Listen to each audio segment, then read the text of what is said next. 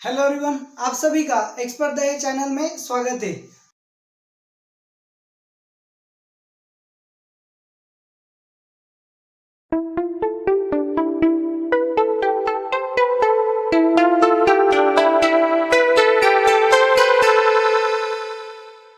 हम एक नए टॉपिक की शुरुआत करने जा रहे हैं, उसका नाम है इनडेफिनाइट इंटीग्रेशन।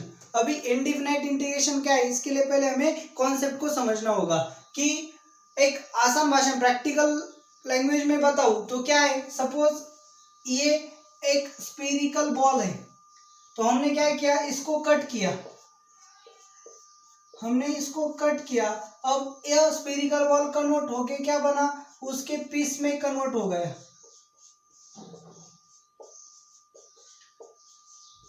तो उसके ऐसे पीसेस बने। तो ये क्या है, एक होल बॉल को हमने उसके पीसेस में कन्वर्ट किया, तो इसका मीनिंग क्या है, डिफरेंशिएशन है। इसका मीनिंग है डिफरेंशिएशन। अब हम उसी पार्ट्स को जिसके हमने क्या किए थे, पीसेस किए थे, अब हम उस पीसेस को ज्वाइन करेंगे और ग्लू के हेल्प से और स्टिक के हेल्प से हम उससे फिर से क्या करेंगे, बॉल जो स्फेरिकल बॉल है उसे फॉर्म करेंगे। तो पीसेस से फिर से हमने स्फेरिकल बॉल बना लिया, तो ये क्या है, इसका मीनिंग है इंटीग्रेशन। एकदम सिंपल है, फिजिकल लैंग्वेज में हम इसे बोल सकते हैं कि डेरिवेटिव यानी कि क्या, कि एक किसी बड़ी चीज को हमने उसके पीसेस करके डिफरेंशिएट कर दिया, तो हम उसको क्या बोलेंगे, डिफरेंशिएशन बोलेंगे। और फिर उन्हीं पीसेस को हमने ग्लू के हेल्प से और स्टिक के हेल्प से ज्वाइन करके फिर से स्फेरिकल बॉल बना दिया, तो हम इसको इंटीग्रेशन बोलेंगे। तो सिंपल भाषा में हम यह बोल सकते हैं कि डिफरेंशिएशन के अपोजिट क्या है, इंटीग्रेशन है। तो फिर हम इसे मैथमेटिकल लैंग्वेज में कैसे प्रूव करेंगे, चलो तो हम क्या करेंगे, एफ ऑफ एक्स जो है यह हमारा एक फंक्शन है। अगर एफ ऑफ एक्स हमारा फंक्शन है तो उसको हम डिफरेंशिएट कर सकते हैं। फिर differentiate with respect to x बोलेंगे, क्योंकि हमें पता है f of x is a function of x, तो हम differentiate with respect to x बोलेंगे। अगर हमने एफ ऑफ एक्स को डिफरेंशिएट किया विथ रिस्पेक्ट टू एक्स, तो क्या बनेगा, d by d x of f of x, यानी कि एफ डैश ऑफ एक्स बोलेगा। तो जो एफ डैश ऑफ एक्स आता है इसको हम क्या बोलेंगे, जी ऑफ एक्स बोलते हैं। तो क्या हुआ इसका मीनिंग, एफ ऑफ एक्स का डेरिवेटिव क्या आया, जी ऑफ एक्स आया। गौर से सुनो कि एफ ऑफ एक्स का डेरिवेटिव क्या आया, जी ऑफ एक्स आया। तो फिर क्या होगा कि अगर यहां देखो स्फेरिकल बॉल का डिफरेंशिएशन पीसेस है, तो पीसेस का इंटीग्रेशन क्या होगा, स्फीयर होगा। यहीं पे देखो कि एफ ऑफ एक्स का डिफरेंशिएशन अगर जी ऑफ एक्स है, तो जी ऑफ एक्स का इंटीग्रेशन क्या होगा, एफ ऑफ एक्स होगा। Therefore integration of g of x with respect to x is equal to f of x. इसको हम ऐसे अरेंज भी कर सकते हैं, क्या करेंगे, d by d x of f of x is equal to g of x. D of x क्या होगा, इधर जाएगा, so d of f of x is equal to g of x into d x. Integration लेंगे, integration of d of f of x is equal to integration of g of x d x. तो d यानी differentiation, integration, ये दोनों क्या बनेंगे, एक दूसरे के क्या है, अपोजिट है, तो इसका मीनिंग क्या बनेगा, आइडेंटिटी। सो यहाँ पे क्या बचेगा, f of x is equal to integration of g of x d x बनेगा। इंटीग्रेशन और डेरिवेटिव दोनों का प्रोडक्ट क्या आएगा, आइडेंटिटी आएगा, क्योंकि वो दोनों एक दूसरे के अपोज में है। तो F of x is equal क्या बना, जी ऑफ एक्स डी एक्स बना। तो सिंपल भाषा में डिफिनेशन कैसे बोलेंगे कि अगर एफ ऑफ एक्स का डेरिवेटिव जी ऑफ एक्स आता है, तो जी ऑफ एक्स का इंटीग्रेशन एफ ऑफ एक्स आएगा। तो क्या होगा, सिंपल भाषा में हम डिफिनेशन कैसे लिखेंगे, definition, if derivative of f of x with respect to x is g of x, then we say that integration of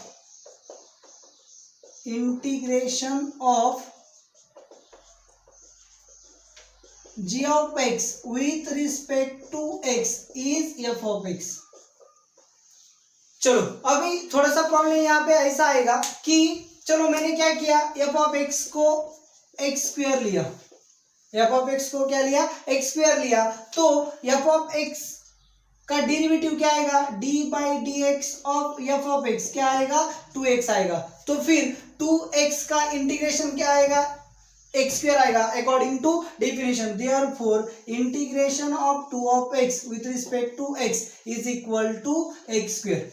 मैंने अगर एफ ऑफ एक्स को एक्स स्क्वायर प्लस 10 लिया तो क्या होगा, उसका डेरिवेटिव क्या आएगा, d by d x of f of x क्या आएगा, 2x प्लस 0 आएगा, यानी कि 2x ही आएगा। तो इंटीग्रेशन ऑफ 2x dx क्या आएगा, एफ ऑफ एक्स आएगा, एफ ऑफ एक्स यानी कि एक्स स्क्वायर प्लस 10 आएगा।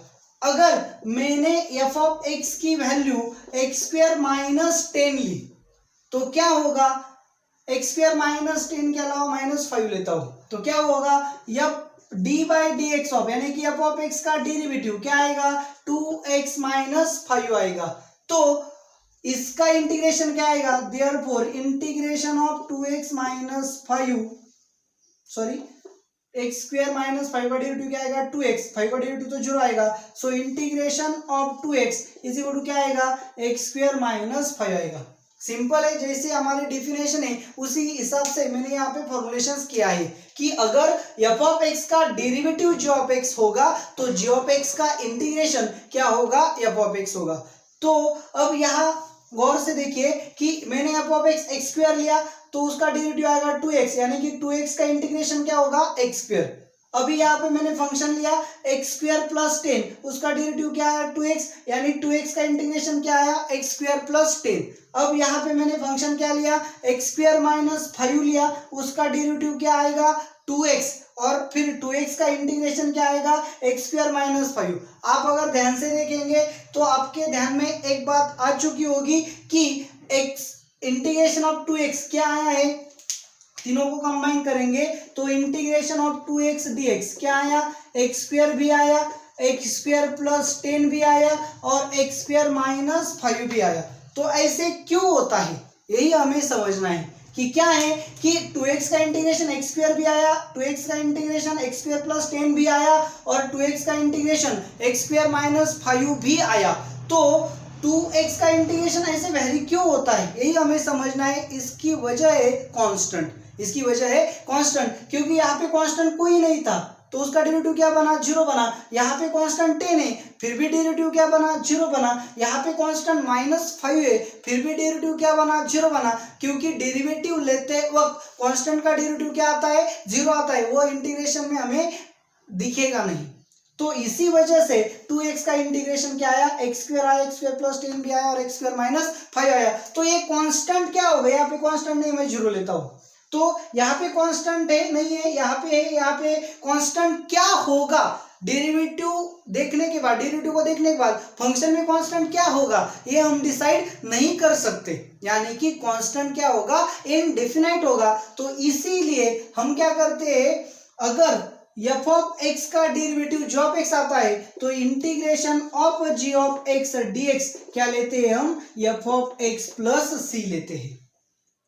चलो ध्यान दीजिए कि integration of g of x हम क्या लेंगे, f of x plus c लेंगे। यहाँ पे प्लस सी क्यों ऐड किया है, इसीलिए मैंने यहाँ पे एग्जांपल लिया था कि अगर फंक्शन में कांस्टेंट होगा तो कांस्टेंट का डेरिवेटिव 0 आएगा, लेकिन जब हमारे पास फंक्शन होगा तो हम उसका इंटीग्रेशन लेंगे तो उसमें कौन सा कांस्टेंट होगा ये हमें पता नहीं होगा। अगर हम डेरिवेटिव का फंक्शन देखेंगे तो उसमें कांस्टेंट आएगा ही नहीं, क्योंकि उसका डेरिवेटिव 0 आया होगा। तो हमें कांस्टेंट क्या होगा ये पता नहीं होगा, वो कुछ भी हो सकता है, इसलिए हम उसको इनडिफिनाइट कांस्टेंट बोलते हैं, इसलिए हम सी ऐड करेंगे। और इसीलिए हम यहाँ पे सी ऐड करते हैं, इनडिफिनाइट कांस्टेंट ऐड करते हैं, इसीलिए हम क्या बोलेंगे, इनडिफिनाइट इंटीग्रेशन बोलेंगे। जब हमारे पास इस सी की वैल्यू फिक्स्ड होगी, मालूम होगी, डेफिनाइट होगी, तो हम इस इंटीग्रेशन को डेफिनाइट इंटीग्रेशन बोलेंगे। तो इसी तरह से आपका मेन कॉन्सेप्ट क्या आता है कि आपका डेरिवेटिव फंक्शन अगर एफ ऑफ एक्स का डेरिवेटिव जी ऑफ एक्स है तो जी ऑफ एक्स का इंटीग्रेशन क्या होगा, एफ ऑफ एक्स होगा।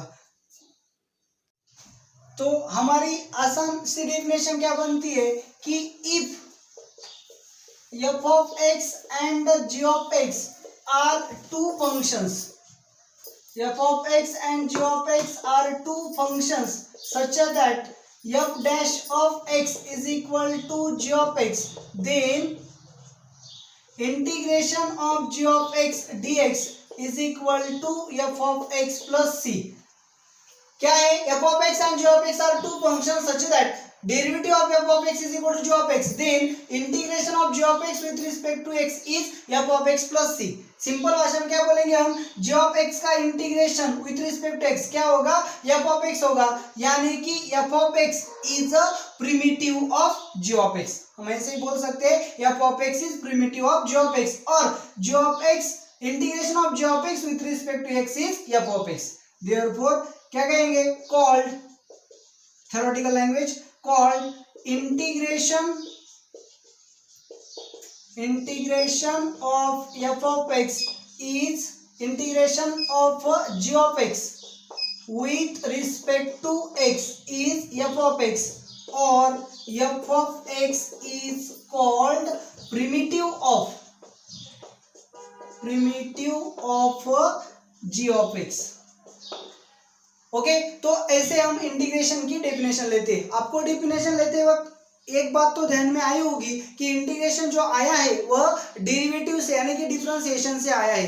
तो आपको डिफरेंशिएशन जितना अच्छा आता होगा उतना ही अच्छा आपका क्या बनेगा? इंटीग्रेशन बनेगा. लेकिन अगर डिफरेंशिएशन अच्छे से नहीं पढ़ा है तो आपको उसे एक बार पढ़ने की जरूरत होगी. तो अब मैं यहां से इंटीग्रेशन के ढेर सारे फॉर्मूलाज आपके सामने डिराइव करूंगा with the help of derivative. जैसे हमने डेफिनेशन पढ़ी है उसी हिसाब से हम बहुत सी इंटीग्रेशंस के फॉर्मुलेशंस को जनरलाइज करेंगे. फॉर एग्जांपल अगर मैंने यहाँ पे लिया f ऑफ x, यहाँ पे लेता हूं f dash of x. f of x लिया x, उसका डेरिवेटिव क्या आया? 1. f ऑफ x लिया x स्क्वायर, तो उसका डेरिवेटिव कितना आया? 2x. f ऑफ x लिया f ऑफ x लिया x क्यूब, उसका डेरिवेटिव कितना आया? 3x square. तो अब देखो कि x का डेरिवेटिव क्या है? 1. तो डेफिनेशन अप्लाई करेंगे तो 1 का इंटीग्रेशन क्या आएगा? x. सो हमारे पास फर्स्ट फॉर्मूला बनता है integration of 1 dx is equal to x, और हम क्या करेंगे? कांस्टेंट ऑफ इंटीग्रेशन ऐड करेंगे, क्योंकि हमारे पास सिर्फ 1 होगा तो हमें पता नहीं होगा कि उसके फंक्शन में कांस्टेंट होगा भी या होगा तो कौन सा होगा. तो मैंने यहाँ पे अभी एग्जांपल जो लिया था x स्क्वायर प्लस 10 और x स्क्वायर माइनस 5 का, तो आपको वही बताने के लिए दिया था कि हमें इंटीग्रेशन में अगर कांस्टेंट पता नहीं होगा तो हम उसको c ऐड करेंगे, और उस कांस्टेंट को हम इंडिफिनिट इंटीग्रेशन और कांस्टेंट ऑफ इंटीग्रेशन भी बोलते हैं. तो मैं यहाँ पे ऐड करूंगा x प्लस सी. इसकी वजह क्या है मैंने पहले ही आपको बता दिया है. तो x स्क्वायर का डेरिवेटिव क्या आया? 2x. तो 2x का इंटीग्रेशन क्या बनेगा? x square. Therefore second formula आपके पास आता है integration of 2x dx is equal to x square plus c. तो अब क्या करेंगे? 2 को कॉमन कांस्टेंट है, कांस्टेंट हम ऑपरेटर के बाहर ले सकते हैं. So 2 integration of x dx, इसी बात को हम अलजेब्रा ऑफ इंटीग्रेशन में भी पढ़ेंगे, is equal to x square plus सी. सी के अलावा मैं सी डैश लेता हूं. अब यह 2 वहां जाके डिवाइड बनेगा. सो क्या बना? X square dx is equal to x square upon 2 plus c dash upon 2. तो हम उसको एक्स स्क्वायर अपॉन 2 प्लस नया कांस्टेंट सी डैश कांस्टेंट है, पता नहीं है, उसको 2 से डिवाइड करेंगे तो हमें अगला कांस्टेंट मिलेगा, लेकिन वो भी हमें पता नहीं होगा. तो मैं सी डैश अपॉन 2 के जगह क्या लिख सकता हूँ? सी लिख सकता हूँ. यहाँ पे x होगा. ओके तो अब अगला फॉर्मूला हमारे पास क्या है? एक्स क्यूब का फंक्शन है. एक्स क्यूब का डेरिवेटिव कितना है? 3x स्क्वायर, यानी कि 3x स्क्वायर का इंटीग्रेशन क्या होगा? x cube. So third formula मैं लिखता हूँ integration of 3x square dx is equal to x cube plus constant of integration c dash. अब क्या करेंगे? 3 कांस्टेंट बाहर आएगा, वहां जाके डिवाइड होगा. So integration of x square dx क्या बनेगा? X cube upon 3 plus c dash upon 3. फिर ये नया कांस्टेंट होगा. सो नया फंक्शन क्या बनेगा? X cube plus 3 plus c बनेगा. अब आप गौर से ऑब्जर्व करो। चलो मैं यहाँ पे और एक एग्जांपल लेता हूँ। x रेस टू n का डेरिवेटिव क्या होता है, n x raise to n minus 1 होता है। इसका मतलब क्या है, अगर x रेस टू n का derivative n x raise to n minus 1 है, यानी कि n x raise to n minus 1 का इंटीग्रेशन क्या होगा, x रेस टू n होगा। Therefore integration of n x raise to n minus 1 dx is equal to x raise to n plus c dash, n constant है बाहर आएगा, वहां जाके divide होगा। So x raise to n minus 1 dx is equal to x raise to n upon n plus c dash upon n। c dash upon n क्या होगा, नया constant होगा। So x raise to n upon n plus c होगा। तो आप इनको गौर से observe करो, क्या मिलता है आपको। अगर आपका x है, x ds का इंटीग्रेशन क्या बना, x square upon 2 plus c बना, यानी कि इसकी पावर कितनी थी, 1 थी। तो इंटीग्रेशन लिया तो क्या बना, x2, और जो पावर है वही नीचे आया। अब इसको देखो, इंटीग्रेशन ऑफ एक्स स्क्वायर क्या बना, इंटीग्रेशन ऑफ एक्स स्क्वायर बना, उसकी पावर x से बड़ी, एक्स क्यूब अपॉन 3, जो पावर थी वही नीचे आई। यहाँ पे भी देखो, integration of x raise to n minus 1 था, तो उसकी पावर क्या आई, x रेस टू n, यानी कि पावर x से बड़ी, और जो था ऊपर वही नीचे आया, तो x raise to n upon n plus c आया। तो इसी बेस से हम ऐसा कर सकते हैं, x raise to n dx का इंटीग्रेशन क्या आएगा, x raise to n dx का इंटीग्रेशन क्या आएगा, पावर x से बढ़ाना है और वही नीचे भी वही लिखना है। So x raise to n plus 1 upon n plus 1 plus c, ऐसे हमारा फॉर्मुलेशन आएगा। तो मैं आपको यह फॉर्मूले इवेल्युएट करके दे रहा हूँ कि ये फॉर्मूले कैसे आपके सामने आते हैं। तो चलो मैं इन फॉर्मूला को फिर से एक बार लिखता हूँ कि हमारे पास फर्स्ट फॉर्मूला क्या है, इंटीग्रेशन ऑफ 1 dx क्या होगा, x प्लस c होगा। इंटीग्रेशन ऑफ x dx क्या होगा, x square upon 2 plus c होगा। Integration of x raise to n dx क्या होगा, x raise to n plus 1 upon n plus 1 plus c होगा। Simple है, x रेस टू n का क्या करना है, इंटीग्रेशन लेते वक्त पावर x से बढ़ाना है और वही जो पावर आता है वही नीचे लिखना है, यानी कि x रेस टू n का इंटीग्रेशन क्या होगा, x raise to n plus 1 upon n plus 1 plus c होगा, उसे हम कांस्टेंट ऑफ इंटीग्रेशन बोलते हैं। तो अब ये हुआ पॉलिनोमियल के लिए। हम एक्सपोनेंशियल के लिए जाते हैं। अगर f ऑफ x आपका e रेस टू x है, तो आपका f डैश ऑफ x भी क्या होता है, e रेस टू x होता है। यानी कि e रेस टू x का डेरिवेटिव क्या है, e रेस टू x है, तो फिर e रेस टू x का इंटीग्रेशन भी क्या होगा, e रेस टू x ही होगा। तो हमारे पास यहाँ पे फॉर्मूला आता है e raise to x dx, e raise to x का इंटीग्रेशन भी क्या होता है, e raise to x plus c होता है। Now a raise to x का डेरिवेटिव क्या होता है, a raise to x into log a, ऐसा होता है। तो फिर हम क्या करेंगे, according to definition a raise to x into log a का इंटीग्रेशन क्या होगा, a रेस टू x होगा। Therefore integration of a raise to x into log a dx is equal to a raise to x plus c। यह constant है, constant बाहर आता है, बाहर आएगा, वहां जाके डिवाइड होगा। Therefore integration of a raise to x dx is equal to a raise to x upon log of a plus c dash होगा, c dash upon log a, ये नया कांस्टेंट बनेगा। सो हमारे पास नया फॉर्मूला आता है a raise to x dx का integration क्या होगा, a raise to x upon log a plus c होगा। मैं आपको each and every formula evaluate करके दे रहा हूँ। सो हमारे पास ये हुआ एक्सपोनेंशियल के लिए। हमारे पास एक भी फॉर्मूला है, log ऑफ x अगर हमारा फंक्शन है तो उसका डेरिवेटिव क्या होता है, 1 अपॉन x होता है। अगर log x का डेरिवेटिव 1 अपॉन x है, तो according to definition 1 upon x का इंटीग्रेशन क्या होगा, log x होगा। देयरफॉर हमारे पास एक और नया फॉर्मूला आता है कि integration of 1 upon x dx is equal to log of x plus c होगा। तो ये हुआ हमारे एक्सपोनेंशियल और लॉगरिथमिक के लिए। हम ट्रिग्नोमेट्री के लिए भी ऐसा यूज कर सकते हैं। क्या बनता है ट्रिग्नोमेट्री के लिए, साइन x हमारा फंक्शन है, तो उसका डेरिवेटिव क्या होता है, cos x, यानी कि cos x का इंटीग्रेशन क्या होगा, sin x। सो cos x अगर हमारा फंक्शन है तो उसका इंटीग्रेशन क्या होता है, डेरिवेटिव क्या होता है, माइनस sin x। ध्यान दीजिए कि sin x का डेरिवेटिव क्या है, cos x, इसका मतलब cos x का इंटीग्रेशन क्या होगा, sin x। अब cos x का डेरिवेटिव क्या है, माइनस sin x, इसका मतलब माइनस साइन एक्स का इंटीग्रेशन क्या होगा, कॉस एक्स प्लस सी होगा, माइनस यहाँ के यहाँ जाएगा, therefore integration of sine x d x is equal to minus cos x plus c, minus से मल्टीप्लाई करेंगे तो भी कांस्टेंट कांस्टेंट ही रहेगा, so minus cos x plus c बनेगा। तो आपको आपका फिर से एक नया फॉर्मूला आता है कि integration of sine x d x is equal to minus cos x plus c और integration of cos x d x is equal to sine x plus c. अब आपकी जो परेशानी है उसमें थोड़ा सा इजाफा होने वाला है। इजाफा क्यों होने वाला है, क्योंकि आपके पास पहले डेरिवेटिव था तो कोई बात नहीं थी, लेकिन आपको डेरिवेटिव भी पढ़ा है आपने और अब इंटीग्रेशन भी पढ़ रहे हैं। तो क्या होता है, साइन एक्स का डेरिवेटिव क्या होता है, कॉस एक्स, लेकिन साइन एक्स का इंटीग्रेशन क्या होता है, minus cos x. Cos x का डेरिवेटिव क्या होता है, माइनस साइन एक्स, लेकिन कॉस एक्स का इंटीग्रेशन क्या है, साइन एक्स।